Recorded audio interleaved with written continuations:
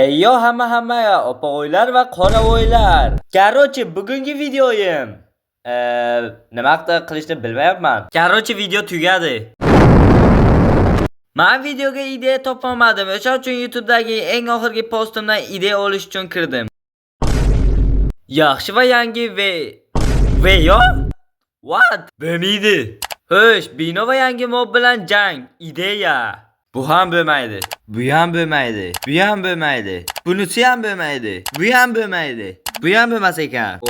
Mana bu ideya menga yo'qdi. Короче, bugungi video Enderman haqida bo'ladi. Shu joyga stop. Agar sizlar shu videoga 200 ta like to'plab bera olsanglar, keyingi video oq Enderman haqida bo'ladi. Agar oq Endermanni istamasanglar, kommentariyaga o'z xohlagan mob yoki Minecraftdagi xohlagan struktura yoki nimadir yozib ketinglar. Men o'sha haqida fakt video qilishga harakat qilaman. Sizlar yeb ichishga narsalar olib kelinglar. Men videoni boshladim.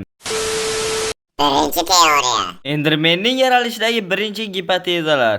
End o'lkasi. Endermanlar End o'lkasidan chiqib kelganlar va u yerda yashagan. Bu o'lkada maxsus sharoitlar ularni yaratgan bo'lishi mumkin. Bunaqa teoriyalar bizga kerak. Aniqroq ma'lumotlar yo'qmikin? Men bu haqida boshqa youtuberlardan so'rab ko'rdim. Qani ularning fikri qanday ekan? Mesro aka, siz Endermanlarni qanday yaralgani haqida bironta teoriya bilasizmi?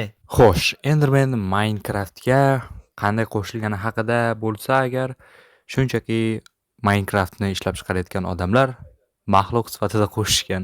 Naruto, siz Endermanlarning yaralishi haqida biror narsa bilasizmi? Yo, bilmayman.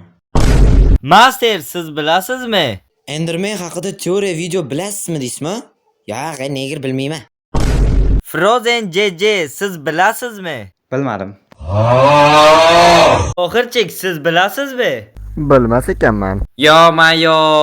Men ham shu sizlardan so'rashga kiruvdim. O'shancha vaqtim kirdi deb boru. Hozir bir chekkaga surib jiddiylashamiz.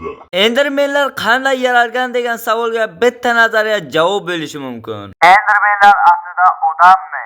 Qani bo'lmasa men bu nazariya haqida sizlarga tushuntirib bersam. Короче, Endermanlar asla odam bo'lishi mumkin. Sababi ular xuddi odam o'xshab gapira biladi.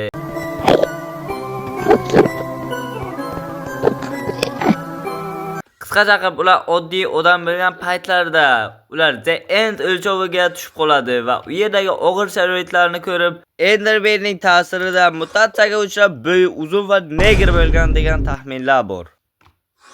Bu video nimaga qo'yildi? Kerak bu video bizga.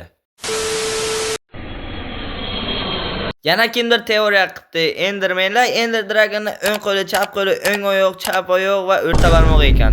Endermanlar oldinlari Ender Dragonning qullari bo'lishgan, unga yordam berishgan, uni himoya qilishgan, uni istaganini qilishgan. Lekin vaqt o'tgani sari Endermanlar Ender Dragonning nazoratidan chiqib, unga bo'ysunmay qo'yishdi va o'zlari alohida hayot kechira boshlashdi. Hozir paytda Endermanlar Ender Dragonni himoya qilmaydi. Mana video ham o'z nihoyasiga yetdi. Sizlar esa kommentariyaga o'z xohlagan qaysi negerni yozib qoldiringlar va men keyingi videoda o'sha negerni tahlilini qilaman. Короче, YouTube uxlaylar, sizlar bilan Shaker bo'ldi.